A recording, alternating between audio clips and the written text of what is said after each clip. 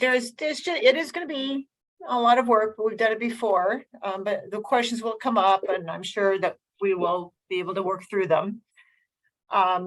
We still don't have all our revenue forecasts yet. That's still coming. And the other was the regional mobility policy update that was recommended to move forward for further refinement. Everyone still has questions about how that's all going to work. So today's workshop is to really prep for the Washington County Coordinating Committee's involvement in the JPAC Metro Council workshop next Thursday. And the topic for this final workshop, happy to say final, is the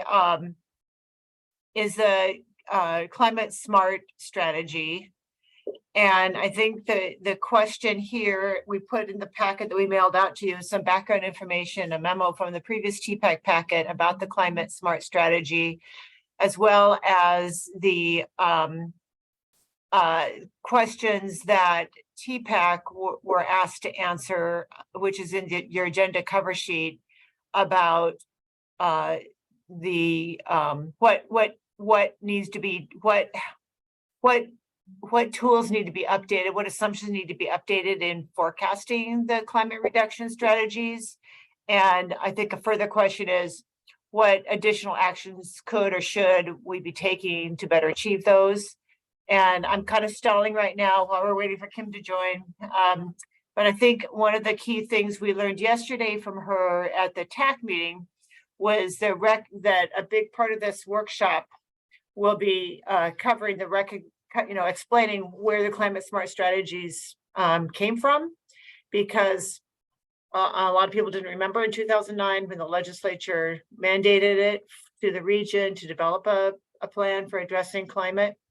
And so I think that would be very helpful for all of everybody at WCC who may not remember how we got here, as well as the targets that the region is supposed to be meeting. And I think the first deadline is, correct me somebody, I think it's 2030, I think is the first deadline. And I don't believe we are on target to meet that deadline in reduced VMT and greenhouse gas.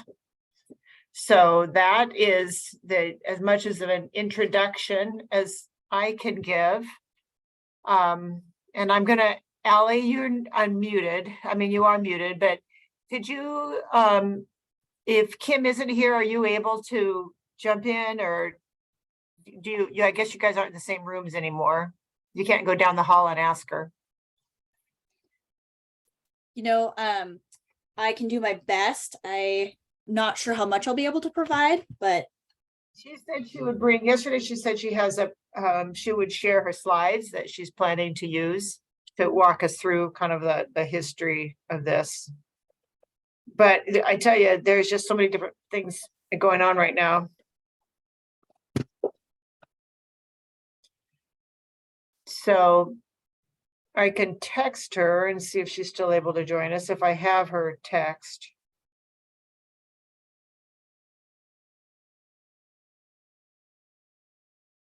So do you have her presentation, Allie? Let me check. I'll look right now. If you don't have her number, I can text her. I see that it's on her calendar. Yeah, I suspect she had to do what I did, which is go grab her cup of coffee after the 3-hour TAC meeting. So so while we're waiting, how many of you, I'm curious, participated in the development of the original climate smart strategies that was adopted in, I think, around 2012 or so? Raise your hands if you remember going through the whole process of the scenarios, that coming up with the tools. Raise your virtual hand. I'm waiting for virtual hands to go through, people who worked through that process. Steve Kelly, I think you did. Mike did. I did. Jason did. Wow, Jason. Kim did. Who else? Who else remembers the scenarios and coming up with the strategies? I was not involved, Chris. That one sort of, I was doing our TSP update, and I knew it was going on and I read a little Uh-huh. bit of it, but I was swamped with other stuff and was not really involved. Yeah, well, welcome, Kim, but I think that gives you a, a validation that I think you're doing these workshops and catching up to people about what climate smart strategy is and where it came from and how we're doing is useful. Mike raised his hand and Jason raised his hand. And I remember it. That's 3 out of like 20. And I think we need to give Kim virtual donuts for coming to join Oh my us after gosh. being on stage at TPAC for about 2 hours. I hope you, or at I least. just had some Halloween candy, so I'll last for the next hour. Well, we'll be nicer to you. It will be easier for you than what you just went through. Well, you guys were fine. You were nice enough. Oh, so I've been trying to stall, but I understand, at least I thought I understood that you had some slides that you could share us with a little bit of background. So just to recap, I think that it will be important for people to understand what the region was mandated to do by the state and how they met that requirement in the climate smart strategy. And sort of checking in 10 years later, how are we doing, especially in light of the increased awareness of the need to work on climate strategies, and what do we do about it? Is that a good enough summary, Kim? And Jason, are you raising your hand to ask a question, or are you still raising your hand because you participated? Remember this from a while ago.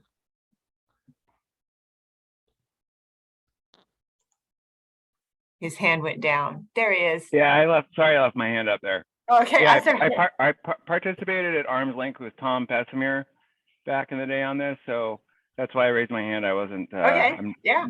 Good. Need So to just refresh myself with it. All right. Yeah, so I do. So I'd forgotten I committed, so I'm sorry I was a few minutes late. Oh, well. Going through, but and I did, Chris, just so you know, the agenda and materials are getting ready to be sent out to JPAC members, so I sent it to you and Jessica. Okay. So that Okay, you can brilliant. forward to folks. So there's background material going out for next week's workshop. Oh, great. Thank you so much. Yeah. And I know it's extra work for you to get it to us, but I do think it helps broaden the understanding of what's going on among everyone, not just those who go to the workshop. Yeah, no, yep. And the workshop's recorded, so if you can't, it's online this time, fully online. There won't be any in-person piece of it. So I'll just hit some highlights of it. I won't do this whole PowerPoint, but I think, yeah, this is just showing there's been a lot of legislative work that's happened that really led to development of the climate smart strategy. This just sort of shows that timeline. I have a slide that shows like each of the individual actions, but 2007 was when the legislature actually adopted statewide goals to meet the Kyoto protocols to get to 80% reduction or 75% reduction by 2050. And that really kicked into place other legislative work, including House Bill 2001 that was adopted in 2009 that directed our region to develop and adopt and implement a greenhouse gas reduction strategy that's focused on transportation, specifically light duty vehicles. That legislation also directed ODOT to develop the statewide transportation strategy for greenhouse gas reduction. It established the Oregon Global Warming Commission. It also directed ODOT to develop the Green Step tool, which was the tool that we used to, that has been used to set the greenhouse gas targets for our region and other parts of the state, as well as to monitor progress and develop the STS and monitor progress. 2011, LCDC actually adopted the targets. So the state agencies went through a lot of work to establish those targets, they chose a 2005 baseline. Sometimes people ask, well, why is it relative to 2005? It was really largely technical reasons that they ended up with that as the baseline, but figured out what that trajectory needed to be from 1990 to 2005. That's probably getting too much in the weeds, but I'm happy to talk more about that. But all while, from starting in 2010 through 2014 was when the region went through a very large process to develop climate smart that led to adoption of the strategy by JPAC and the Metro Council. It was approved by LCDC in 2015. LCDC also adopted additional targets beyond 2035. So when they first did the target setting process and for climate smart, that was for the 2035 period of time or out year. In 2017 is when the additional targets came into be.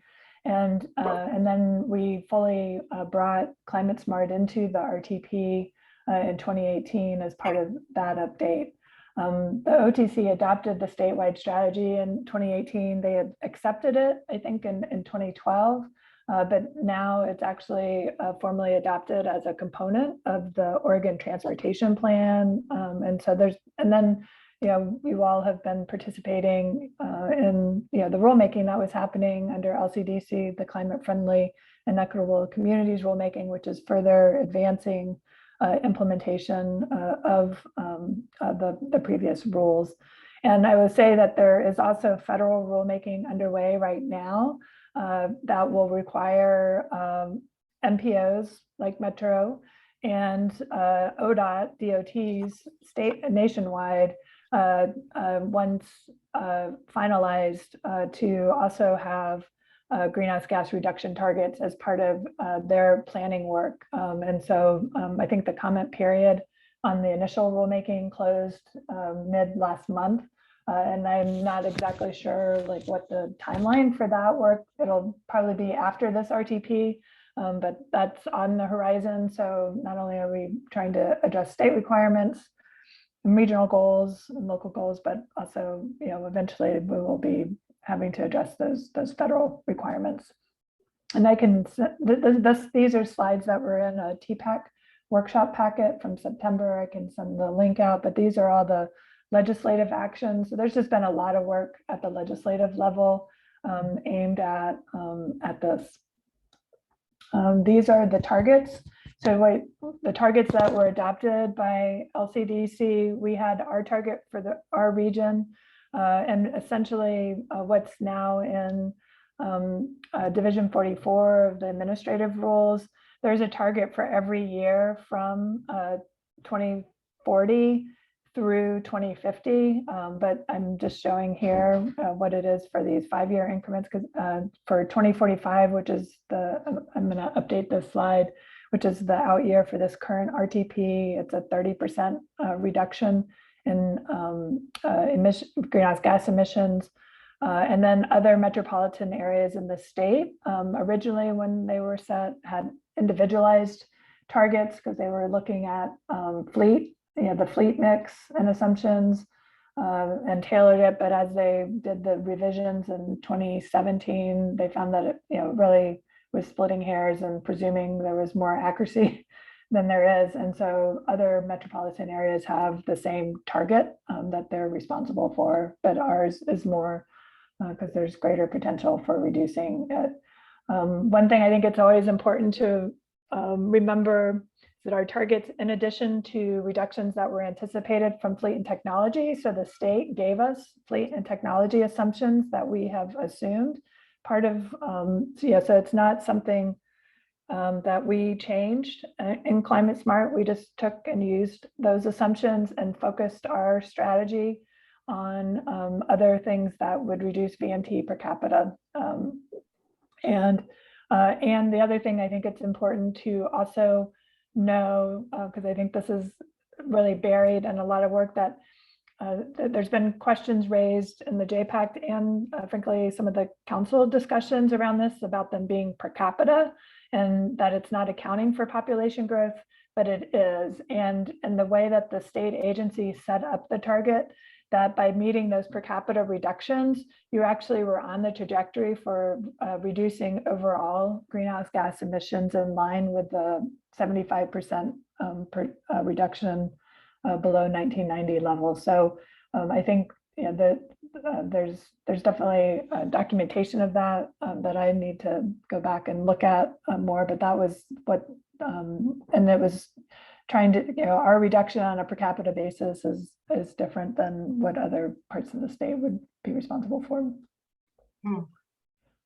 We grounded it in the 2040 growth concept, as we do all of our work, and I'll speak a little bit more about that, but really as part of the process, the web page that we do still have the project page up for Climate Smart. There's all the technical work we did, all the communication work, engagement, all of that is on that website. It's Oregon Metro .gov/climate smart.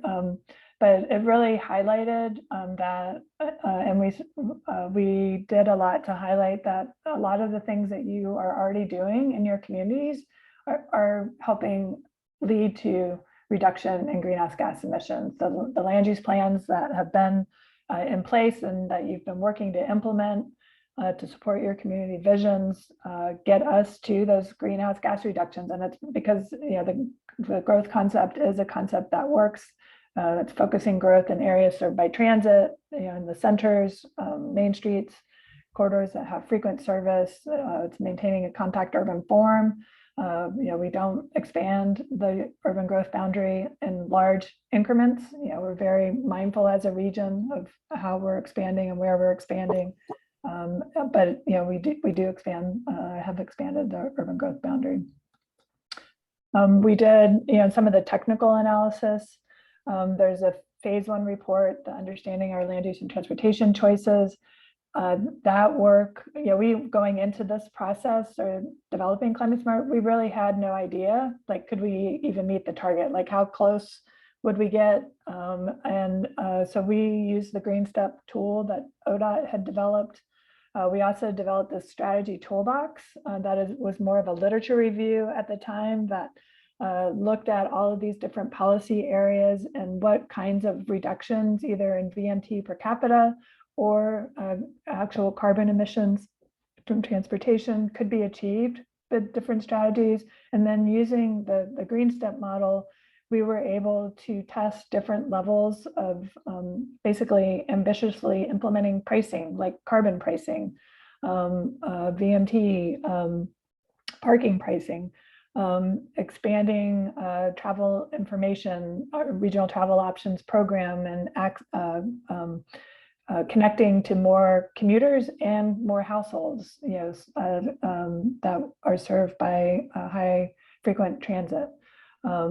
We also looked at increasing bike and pedestrian mode share. There were weird ways to do that in Green Step that aren't totally intuitive, but what if we achieve that? Some of the other, actually another pricing policy area that we did include in the final strategy was pay-as-you-drive insurance, something that back in 2012 was getting a lot of traction in Oregon and setting up a program, but it really has not. And we had 40% of households in the region were assumed to have pay-as-you-drive insurance in the Climate Smart strategy, and we're nowhere near that. So that's part of this work that we're going to be doing now and updating Climate Smart is like, what of the assumptions that are in there are reasonable still, or that we want to continue to work to get to.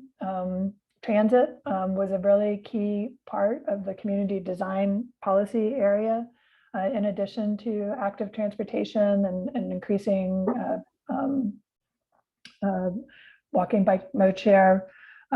We did not, as I said, we didn't change the fleet and technology assumptions that the state had given us when they set the target. And that was also a very intentional policy choice, which I'll talk a little bit more about. But in the scenarios work that we did, we tested, so the bottom line of this is we tested 144 different combinations of these policy areas representing different levels of ambition and implementing them. And we found that out of that, more than, over, three quarters, I don't know, somebody that's faster at math on the fly, but 90 out of the 144 met or exceeded the target that we had. And so it really showed, one, that our land use plans were the right thing, and that it was really around investment and policies that needed to be implemented to complement the adopted land use plans that we've all been working for. And so we shifted away from contemplating changes to land use.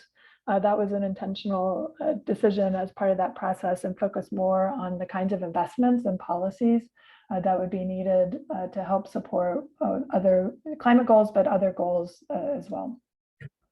And we also did an assessment, a sensitivity analysis using the tool to identify what had the greatest potential reduction or greatest reduction potential for carbon emissions. And the top performers, not surprisingly, fleet and technology, they definitely get us there. And there's some fairly aggressive assumptions in the state work.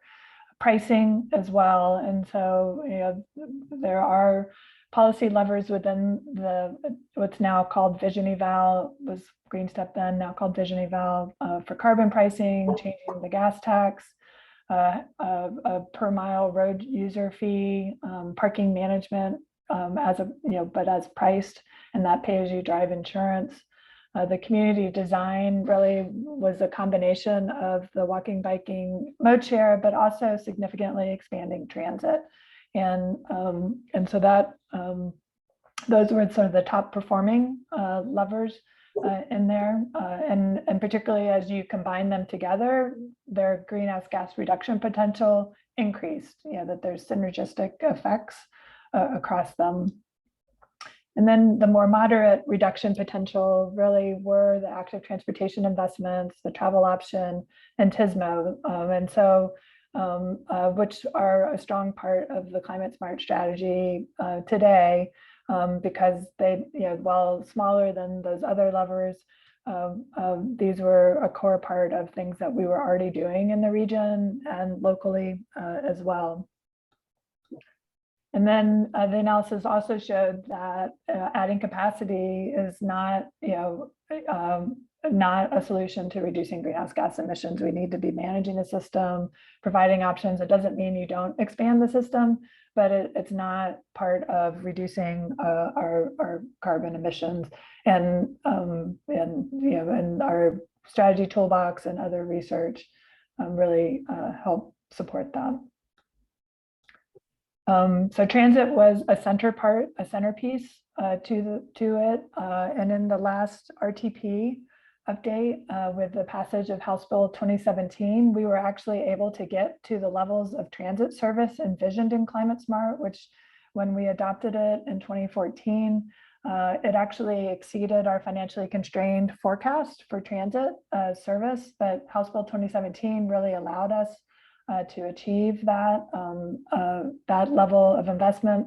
But again, that's something that's changed since 2018 with COVID, the operator shortages. And so I think those are questions that we'll need to be talking about as part of updating the strategy. Is this still a centerstone of the region strategy? Are there things that we need to do in the shorter term to help backfill where we may be losing ground in this strategy until it gets back to the place that I think we all want it to be, and what should we be thinking about in terms of that? The final adopted strategy did exceed the target that they had given us. And again, that was by intention of JPAC and the Metro Council. There were concerns when transit was really important, and we wanted to do as much as possible to get to that transit, not just for climate reasons, but other goals of the region. And there was also concerns at that time that the fleet and technology assumptions were too rosy, and that it was sort of a backstop that, well, if the fleet and technology things don't pan out as planned, that at least we're doing more locally and regionally to do our region's part to meeting those broader goals. So that too was a very intentional choice. This is the overall strategy and all the different pieces of it. And these policy areas are reflected in the current plan, the RTP, and also in the projects and investments in the RTP are advancing all of these and in many of your plans as well. It's always important just to recognize the really extensive engagement we did through the process. It was a 4-year process. 2011 to 2014 really, and there was very broad support from all across the region for the strategy when it was adopted by JPAC and the Metro Council. And many of these organizations are still, all the agencies, you're all still part of it, but many of these organizations are continuing to work to advance implementation of the strategy in their communities, and are participating in other efforts, around climate to continue to advance the state work as well. And then we have a responsibility to also monitor in between RTP updates. And so the last RTP was the first time we had our formal report. I had done some less formal, like here's what we've been doing since Climate Smart was adopted in 2014, but Appendix J to the RTP is where we basically identified, we didn't use the green step model at that time. That's something we're going to do differently for this RTP.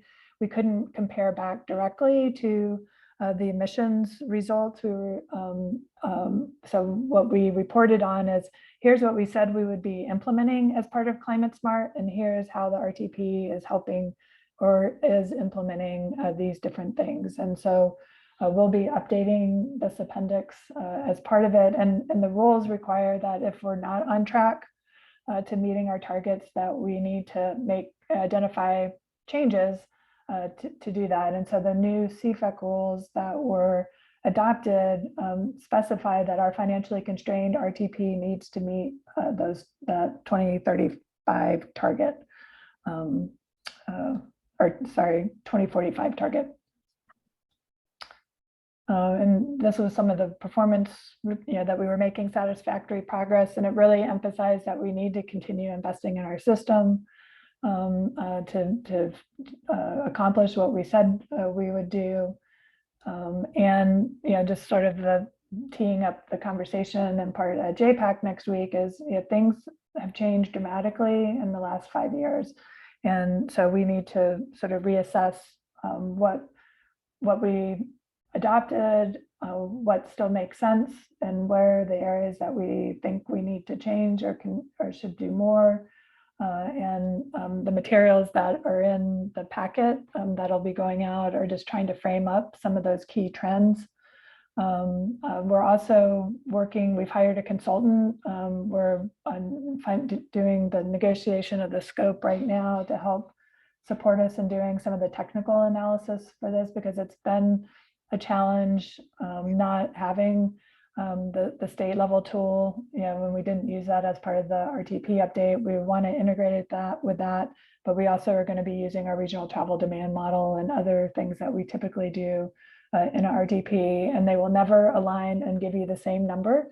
And so that's just a problem. But as we learned from the climate panel last summer, there's no perfect tool. And so part of the work that the consultant's going to help us do, and we'll be working with TPAC and others to do, is, how do we use it in a way that helps us report back to what we said we would do, what we've committed to do as a region, and be able to demonstrate that we are meeting the targets. And this is sort of the takeaways from that panel. That's also in the packet that is being sent out to JPAC, because many JPAC members actually were not able to attend. We had a lot of attendance to it, but not as many JPAC members as we had hoped. And there is a video of it as well online that I can put that in the link to the webinar. So that was more than I didn't mean to go through that whole thing, but. Kim, I think that was really helpful, given the 3 people that raised their hands that remembered when this went through 10 years ago or more. So it's a really good background, and it just shows everything pointing towards more focus on this topic of the need to address climate strategies. So Kim, the questions you asked us for TPAC a while ago was really is there anything in the forecasting tools that could be, is there any differences in the assumptions that we should be thinking about now than we did before? And I think suggestions for what else we could be doing. And so I just wonder, are there other questions you want to test out on this group for feedback that can be productive, helpful? So those different, part of what we're going to be asking JPAC and the council to weigh in on are, what are the areas that, what are the things within the strategies that most align with what you're wanting to implement in your communities. So what can you do locally? What are you already doing locally that will help do this? And what can we do more regionally?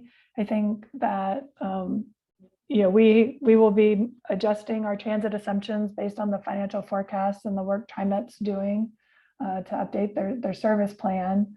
And I don't know where that's going to land and how close that will get to the assumptions that we had in there, but it may fall short of that.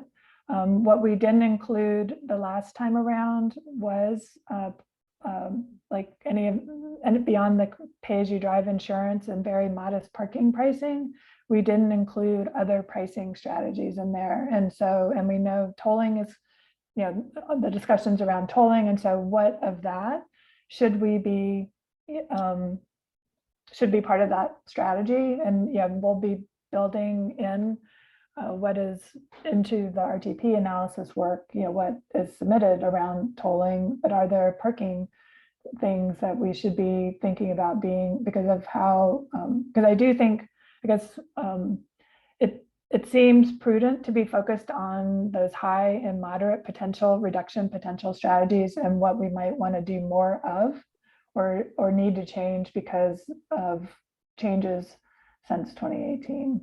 Like we haven't been making the same level of progress on regional travel options. And that was highlighted in that background memo. We know that pay-as-you-drive insurance, which is actually a pretty significant reduction lever, that it's not happening. And so should that continue to be part of the strategy?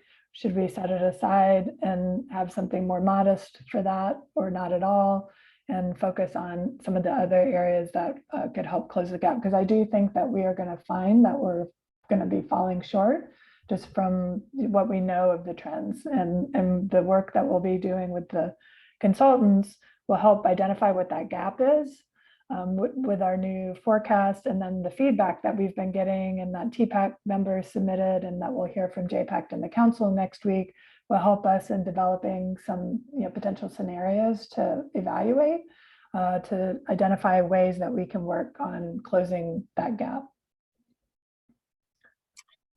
I don't know if that makes sense. Yeah, that makes sense. I think I think this is an opportunity to share what communities are doing that to continue to move forward with.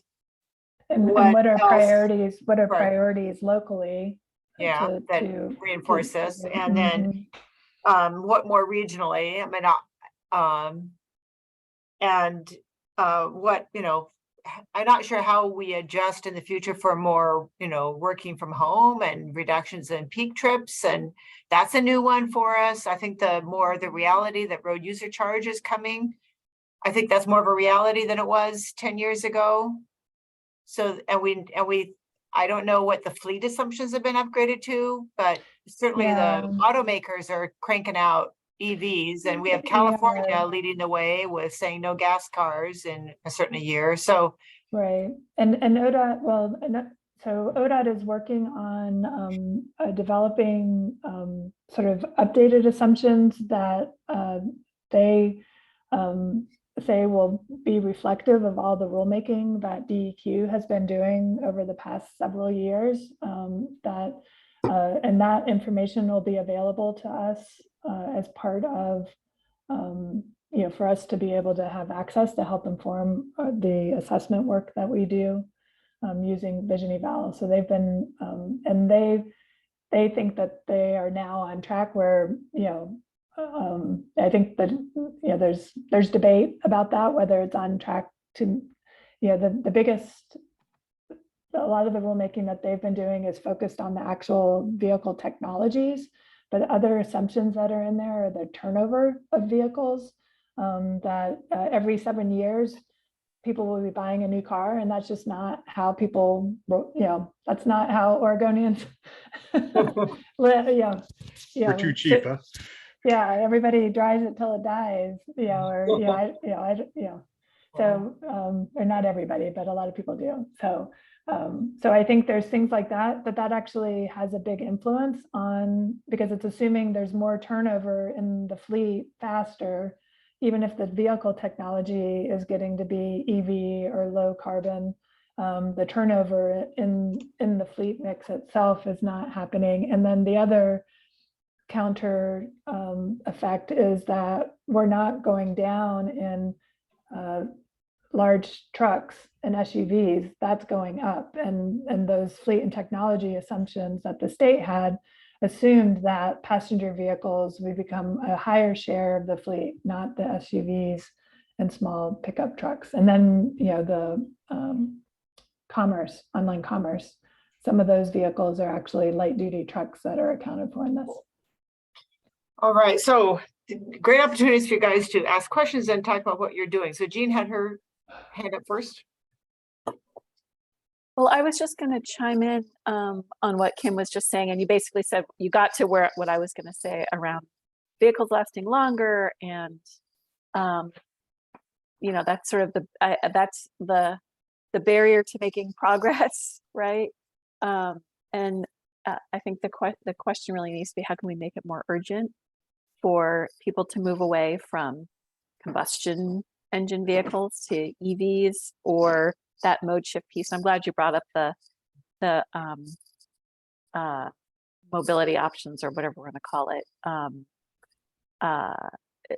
That we're just not making the progress that we had assumed, and how do we shift that? I think that's really pressing. So, Chris, what do you want to hear from me? What we're doing? I just know what you're doing, but I just, and on a personal level, we just handed in our 20-year-old car, turned it in for a electric vehicle, and the federal and state incentives were instrumental in helping make that decision. And though I agree that we should be making those available for low income, like the new one of the new bills that federal is, I think we should also be thinking about what does it take to get the most vehicles on the street, electric vehicles on the street, even if it means providing incentives for all levels. I'm just saying that the incentives were a factor in us handing in our 20-year-old vehicle and waiting a year. Granted, it took us a year before it arrived, but still. So anyway, that I think incentives are good. Incentives are great. There's still, I mean, the financial burden of a vehicle is just so huge and significant. I know, right? So what do we need to do to get them more out there? Right. Or make it so that, again, all the other pieces we're trying to do. Yeah. And one thing I didn't say in that scenario work that we did is we also tried to see, can you just get there with fleet and technology? So that's it, because there's also sort of a perception that we can just do it through that, or we can just do it through pricing, and you can't do it independently with only one of those strategies. And I think it's important that, it's good to talk about the fleet and technology and electrification, but it also can become a distraction and not taking responsibility for what we can do locally and regionally. I mean, certainly there's things we can do to support the state work that's happening around that and the incentives, but I think part of this update to the climate smart strategy needs to be like, what are we going to do to create that urgency, to create the shifts and travel that are needed in a way that's not creating hurting communities, hurting the things that we are trying to achieve. Yeah, that is an important thing to be sure to share with the WCCC. I think that we can't just get our way out of it around electric vehicles. I think everyone's kind of heard that, but the fact that you've actually looked at it for the region, and because then what that does is it goes back and it supports things like the transit is the backbone of the growth plan, and that we can't that we need to think new about it based on what we've seen in the last 5 years and the last 2.5 years. Yeah, and not and still work towards this. Like I appreciate you starting this off with the 2040 growth plan really being the center Yeah. of the policy decision making, and that's what's really the guide. So, Chris, you asked what we're doing. Anything else you want to add before? Yeah, I turn it over to. You're working on your downtown. You're implementing those plans. Yeah. We're implementing plans. We're going to do a new Right. TSP. Our TSP Yeah, is you're older. Our redeveloping- TSP is older than this strategy, Yeah, 2010. right? So that's what we're doing. We're going to All right. update our TSP All right. and be All right, more well, climate forward. Yeah. Okay. Oh, I'll let okay. others go. All right. Mike, you're next, and then Greg and Dave. I know Tiger Triangle's changed a lot since this was adopted. Mike, why don't you go next?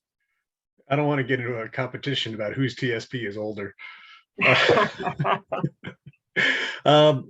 Kim, thanks a lot. I'd love to get a copy of your slides. I think there's a lot of really good information that I may or may not have remembered from 10 years ago.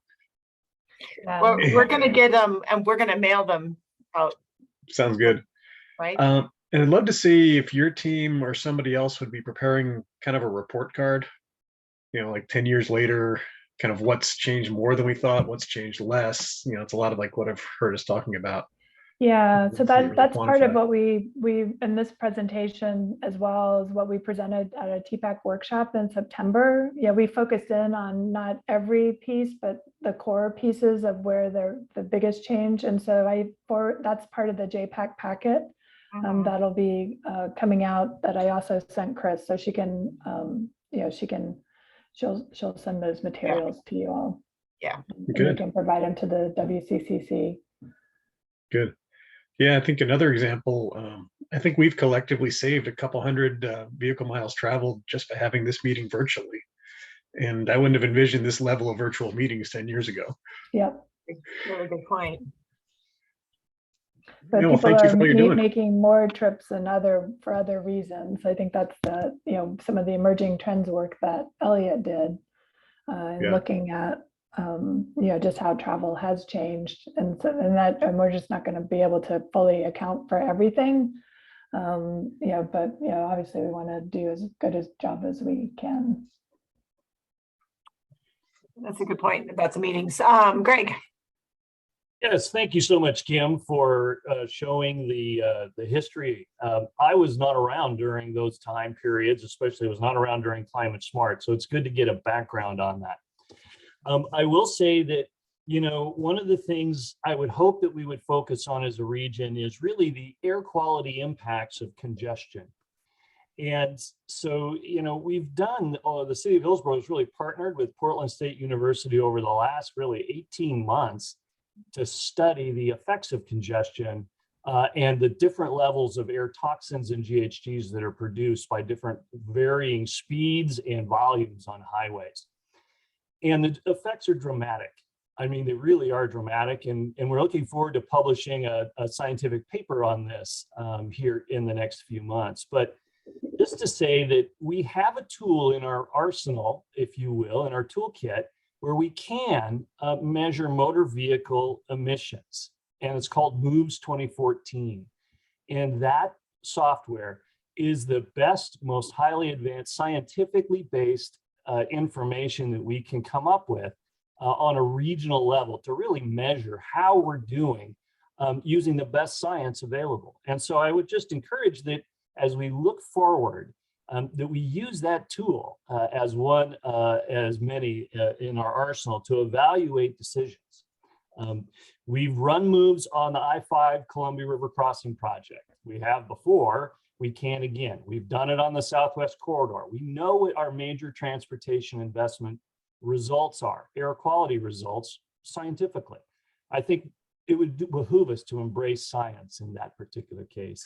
Yes, I totally agree with you, Greg. And so we will be using both MOVES and Vision Eval, and that's also part of what the consultant team is going to be helping us do. The unfortunate thing is our travel model doesn't account for all the policy levers that Vision Eval was designed to do that are part of the climate smart strategy. And so that's in part what we're working to be able to account for all the things that are in there, not just what our travel model is able to account for. It's also to align with how our targets were set. And I appreciated that. I think you or one of your colleagues sent the report on the air quality work that you've been doing. I wondered if DEQ has been part of that work. Absolutely. Yeah, Absolutely. yeah, no, that's great. One other thing, just on a personal note, kind of along Chris's, so I'm fortunate enough to travel to Mexico quite a bit. And so I had to buy a new car down there. And so you go into the dealership. I went into Volkswagen, the Mazda, Saab dealership, all different cars down there. You can't buy a car with emission control on it. You just can't. I mean, they don't come with emission controls in Mexico. So I ended up buying a brand new gasoline powered car that had 0 emission control on it. And I wonder about that. I just place all of our efforts in the context of other places, just 4,000 miles to the south of us, where you can't even buy a car with emission control. And because of that, all that we're doing, every single thing that we're doing is being swamped by what others in this world are not doing. So just to give us to place for all the context and all the focus that we put on this subject, trying to do the best we can, there's other places in the world that are erasing all of our gains and putting more carbon dioxide and GHG in the atmosphere. So, I mean, it is a good story for us locally, but to be honest, it won't matter. So, well, I don't share that view. And I think that another core part of the climate smart work was that we aren't doing it just for climate reasons, but we're doing this because it's actually saves people money. It leads to healthier people's lives, reduced emissions overall for air toxics and other pollution of our environment from the stormwater runoff of vehicles. So there's a lot of different benefits that the climate smart strategies provide. So I don't share that it's not worth working towards. Dave, I'm going to turn to you for your suggestions. Thanks. I guess on that note, I wasn't going to chime in with a personal perspective, but I'll say I'd prefer to be a leader in this space than to be a follower. And I hope we can agree that being leaders in this space is going to be positioning us better for the future that we're inheriting right now, because this is the biggest deal that we're facing locally and globally. Anyway, I'll say thanks, Kim, for the presentation. I didn't get to catch all of it, but I think in terms of the most bang for your buck actions in terms of reducing GHG emissions is spot on with what I understand reading through the IPCC materials. And I'm not going to pretend that I'm a climate scientist here, but I think I have a pretty good grasp on the consensus around this stuff. And I think what you're showing here is it's consistent with my understanding from all the top climate scientists. We just updated our TSP. I think one of the challenges, and I'm curious for the cities that are going to be doing their TSP updates here soon, is how do you influence transit in your cities at the local agency level? That was one of the challenges we faced with our TSP, is like how do we advocate for more transit service through a TSP update process? So I'll be curious to see what Beaverton, Tualatin, you guys end up doing there in that respect. But what we're doing right now is we are focusing on land uses that are supportive of transit. We're focused on Tiger Triangle. We've eliminated parking requirements ahead of CFEC. We're focused on densifying downtown, adding density to Washington Square Regional Center, those sorts of things. And then, along with, we're moving forward with CFEC. We're eliminating parking requirements citywide, and that's going to allow us to do more of the types of development that will serve, people who want to live lower car lifestyles, more affordable housing, multiple benefits here. I think I had one more, but I'm kind of losing it right now. I'll just leave it at that. And thank you so much for your work and opportunity to comment.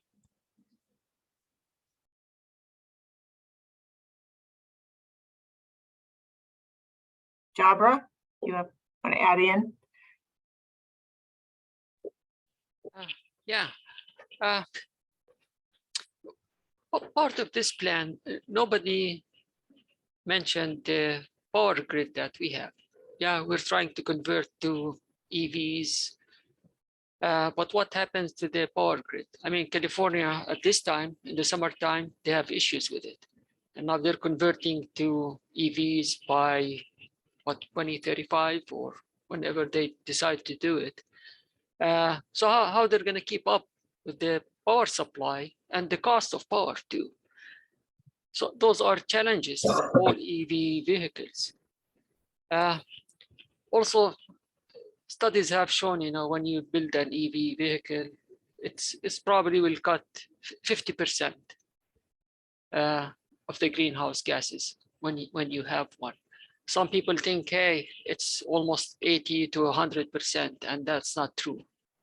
The minute you want to change your battery, there is a lot of fuel consumed and water to make that battery. So I hope just the power grid itself be considered as part of the plan to make it work. I agree. Thanks, Jabra. Jean, you wanted something else to add? Yeah, well, Dave reminded me, which is something that we're doing in Beaverton, is that our council is on the path to eliminating parking minimums citywide. So we're moving forward with CFEC rules as well. Yeah, I think everybody is, right, by December. Yeah, and Meaning, some but of those we're are going things to we can eliminate them. build in. Like, not everybody is going to probably eliminate them completely citywide.